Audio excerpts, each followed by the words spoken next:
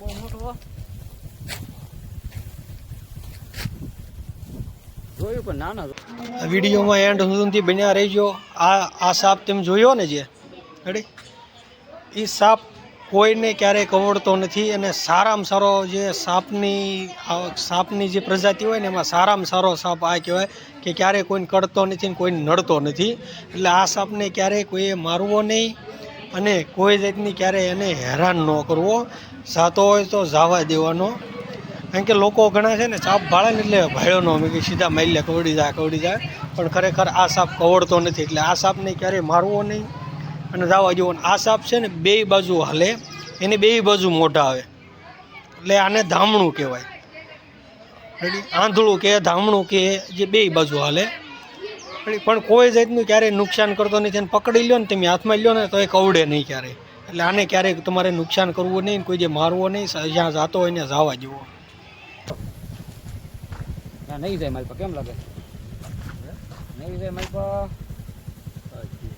નવા જાય, કાંટા વાગે જ ને એટલે પાછું બારી ગયો. કાંટો કેમ કરે બરું દિન વાગે નહીં જાય એટલે પાછું લીમડા ખડીયા જવું તો જાય કદાચ ત્યાંથી છે જવાય એવું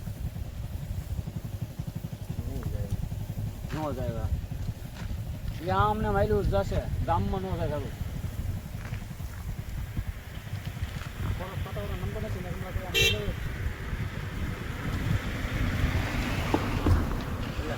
આમ છે એટલે ઓલા નથી થઈ ગયો.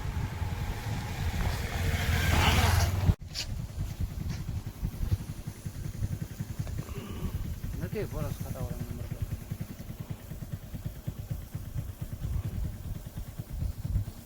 ફળી જાય છો ને છે બહુ મોટો જોયું પણ નાના જોયું, આની જબરું નથી જોયું કે